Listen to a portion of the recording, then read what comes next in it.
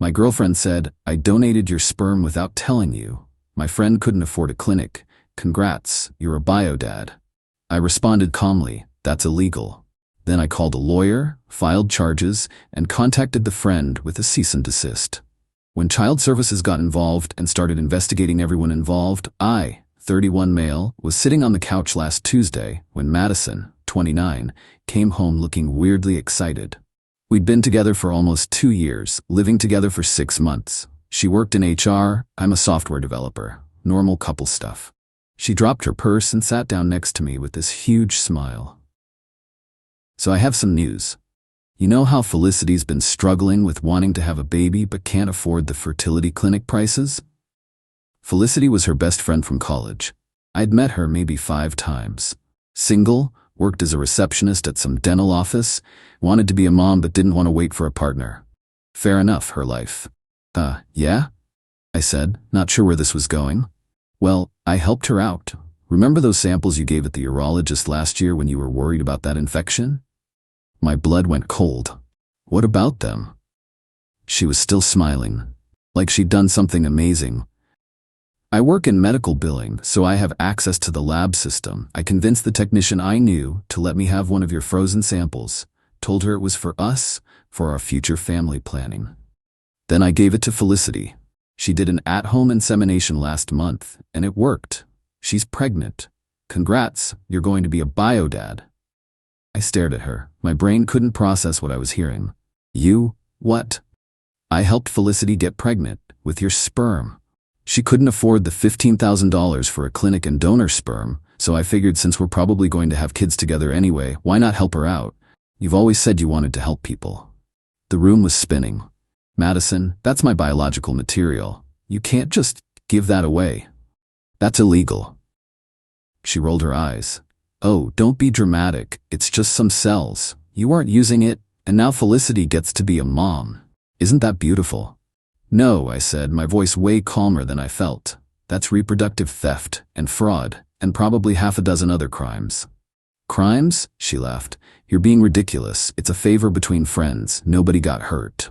I stood up, pulled out my phone, started recording. "Madison, I need you to explain again, on camera, exactly what you did. Why are you recording me? Because what you just admitted to is multiple felonies, and I need documentation." Her face changed, first confusion, then anger. "Are you serious right now? I did something nice. I helped my best friend become a mother. You should be honored." "Honored that you stole my genetic material and used it without my consent? That you committed fraud to access medical records and samples?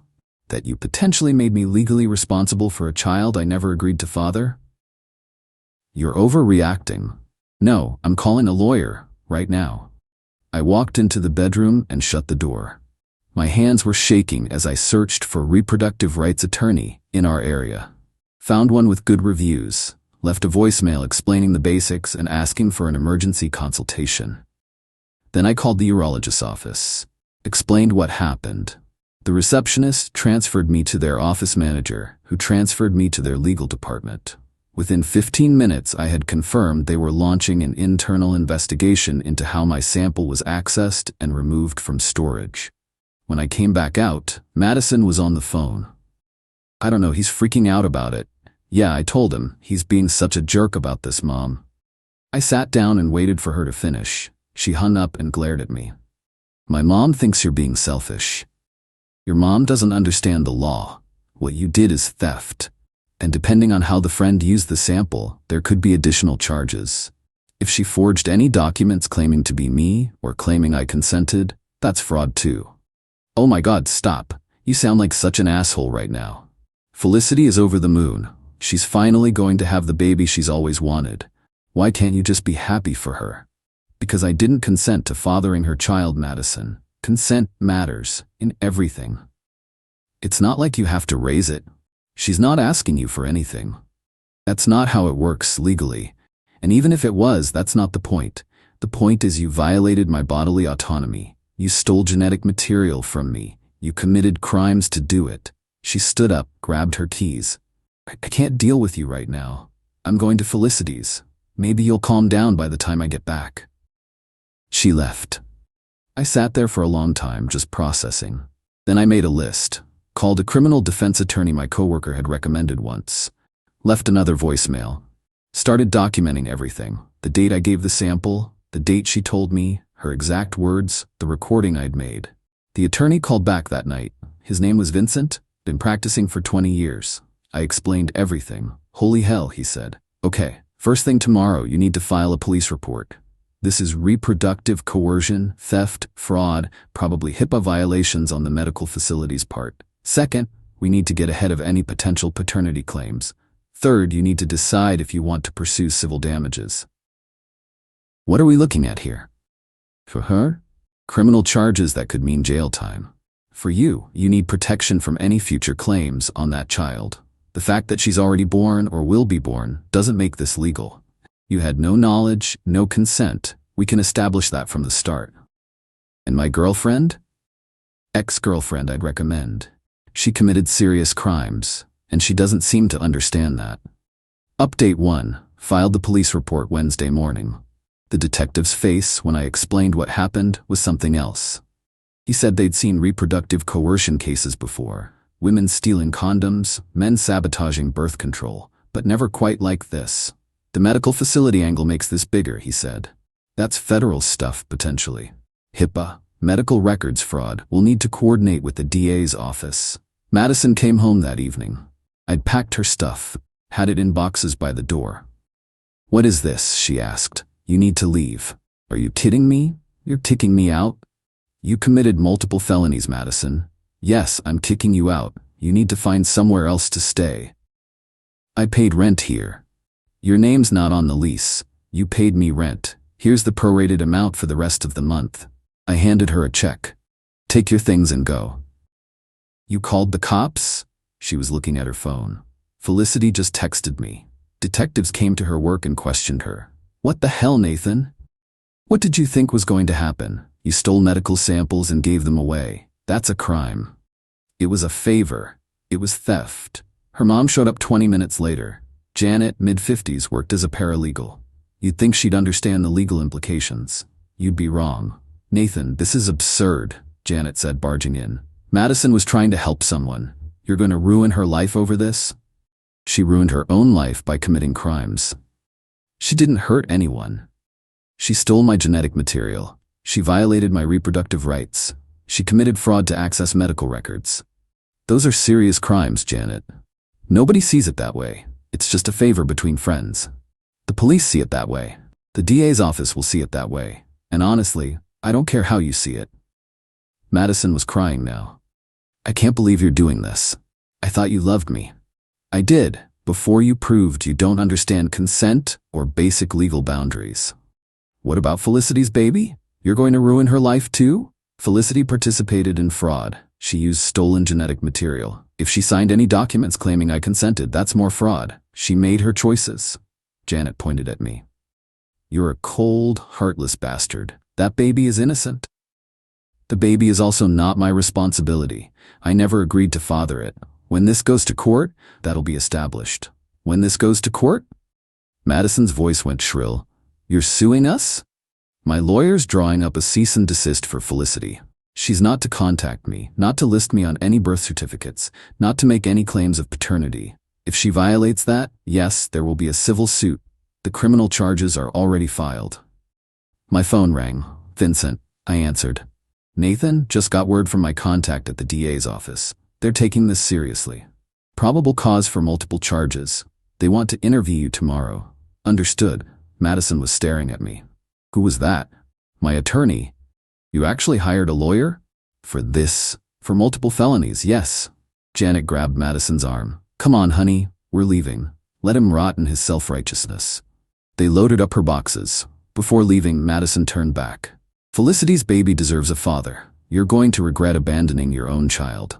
It's not my child. I never consented to create it. And that'll be legally established. They left. I locked the door and sat down. My hands were still shaking. The next few days were a blur. Gave my statement to detectives, provided all documentation. The urologist's office confirmed the sample was accessed improperly, that Madison had used her medical billing credentials to gain access to the lab system, that she'd convinced a technician it was for our personal use. The technician was fired. The facility's legal team contacted me. They'd be cooperating fully with the investigation and had already implemented new security protocols. Friday afternoon, Felicity called from a blocked number. I let it go to voicemail. "Nathan, it's Felicity. Please, I'm so sorry. I didn't know Madison didn't have your permission. She told me you'd agreed to help me out. She said you guys had talked about it and you were fine being a donor. Please don't press charges. I'm 8 weeks pregnant. I can't lose this baby. Please." I forwarded it to Vincent. "That's good," he said. "She's admitting she knew where the sample came from. Shows knowledge. Might help establish intent." What happens now? DA decides on charges. Could be anywhere from theft to fraud to reproductive coercion. Depends on how aggressive they want to be. The medical facility angle makes it federal potentially. And Felicity's involvement, if she knew the source and participated anyway, she's liable too. What about the baby? That's complicated. You have no parental rights and no parental obligations if this is handled correctly. The baby was conceived without your consent using stolen genetic material. Courts have handled similar cases before. You're not legally the father. And if Felicity tries to claim I am, then we go to court and establish the facts. You have documentation, recordings, police reports. You'll be fine. Update 2. The DA filed charges 2 weeks later. Madison, felony theft, fraud, computer crimes, accessing medical records, HIPAA violations. Felicity, conspiracy to commit fraud, receiving stolen property. Madison's lawyer sent a letter saying the charges were excessive and vindictive, and that I was weaponizing the legal system against a woman who was just trying to help a friend. Vincent's response letter was beautiful. Outlined every crime, every statute, cited case law about reproductive rights and consent. Ended with, "Your client committed serious felonies. Mr. Reeves is entitled to pursue all legal remedies." Then the social worker showed up. She knocked on my door on a Thursday evening, showed her ID, Child Protective Services. "Mr. Reeves, I'm Darlene from CPS. We need to talk about the baby that's going to be born in about 7 months." I let her in, offered coffee. She declined. "I've read the police reports," she said. "This is unprecedented in my career, but we need to establish the child's welfare situation. Miss Felicity Nguyen is claiming you're the biological father and that you've abandoned your child. I'm not the father, not legally. The sample was stolen. I never consented. I understand that's your position. But biologically, if this baby is born and tests show you're the genetic father, there are welfare considerations, which should be addressed to the person who stole my genetic material and the person who used it knowing it was stolen. That's not how CPS works, Mr. Reeves. We're concerned with the child's well-being. And I'm concerned with the violation of my reproductive rights. I have no obligation to this child. I never agreed to father it." She made notes. "Have you considered that once this child is born, they might want to know their biological father? That child can know their biological father was the victim of a crime, that their mother participated in fraud, that none of this was consensual. You seem very detached from this situation." "Because I am. This child is not mine in any meaningful way. It's the product of theft. The court will decide that. Yes, it will, and I have extensive documentation proving I never consented to any of this." She left after an hour of questioning. Vincent said it was standard procedure but irritating. "They're trying to establish if you're going to be a resource for the child," he explained. "Answer honestly. Stick to facts. Don't let them guilt you." Madison's mom sent me a Facebook message. "You're gonna burn in hell for what you're doing to that innocent baby. Felicity is struggling financially and emotionally, and you're making it worse. Be a man and take responsibility." I screenshot it and sent it to Vincent. More evidence of harassment. 2 days later, Felicity's lawyer sent a demand letter. She wanted $2,500 a month in child support starting immediately, medical expenses, and a guarantee I'd be listed on the birth certificate. Vincent laughed when he read it. "She's delusional. Let me handle this." His response was brutal. "Your client participated in fraud to acquire stolen genetic material. She has no legal claim to anything from Mr. Reeves. Any further harassment will result in additional civil action. Your client should be more concerned with the criminal charges she's facing." Then Madison showed up at my work. Security called me down to the lobby. She was there with Felicity, who was showing now. "Look at her," Madison screamed. "Look at what you're doing. She's pregnant with your baby, and you're acting like she doesn't exist." "You need to leave," I said calmly. "You're both under orders not to contact me." "That baby needs a father," Felicity was crying. "I can't do this alone. I can't afford this alone. You should have thought about that before you participated in fraud." "I didn't know." "Madison said you agreed." "That's your problem. You believed a thief." Security escorted them out, filed another police report for violating the no-contact order. Vincent said it would help our case. The preliminary hearing was set for 6 weeks out. Vincent explained it would be a long process. Criminal trials take time. Civil issues would be separate. "What's your best-case scenario?" I asked. "Criminal convictions for both of them. Clear establishment that you have no parental rights or obligations. Civil settlement for your legal fees and emotional distress. Restraining order that holds up. Worst case, they plead down to lesser charges. You still get your parental rights clarified, but they do less time. Felicity raises the kid on her own. You're free, but it's messy. I can live with messy as long as I'm free." Madison's parents tried to approach me at a coffee shop. I got up and left. They followed me to my car. "Please," Janet said. "Madison's looking at jail time. Real jail. She made a mistake. Can't you just drop this?" "No. She's my daughter. She's a criminal. She violated my most basic rights. I don't care that she's your daughter." "What about Felicity's baby?" "Not my problem. Not my responsibility. Not my child." "You're a monster," her dad said. It was the first time I'd heard him speak. A real man would step up. A real man respects consent and personal boundaries. Your daughter doesn't. That's why she's facing charges. I drove away, blocked both of them on everything. Final update. The trial took 4 months. Madison pleaded guilty to reduced charges, felony theft, misuse of medical records. Got 2 years probation, $5,000 fine, community service. Could have been prison time, but her lawyer worked a deal. Felicity pleaded guilty to conspiracy, receiving stolen property. 18 months probation, $3,000 fine. Both have felony records now. The civil case settled. They paid my legal fees, $18,000 split between them. Also signed documents permanently waiving any claims of paternity, child support, or involvement from me. The baby was born 3 months ago. Girl. I know because the final court order mentions it. I'm legally not the father. Not on the birth certificate. No rights, no obligations. The judge's order specifically states the conception was non-consensual and criminal in nature. Felicity's parents are apparently helping her raise the kid. She lost her job when the criminal charges became public. Madison's still living with her parents, working temp jobs. No one will hire her with the felony on her record. My mom thinks I was too harsh. That baby didn't do anything wrong, she keeps saying. Neither did I remind her. I was the victim of a crime. Lost some friends over this.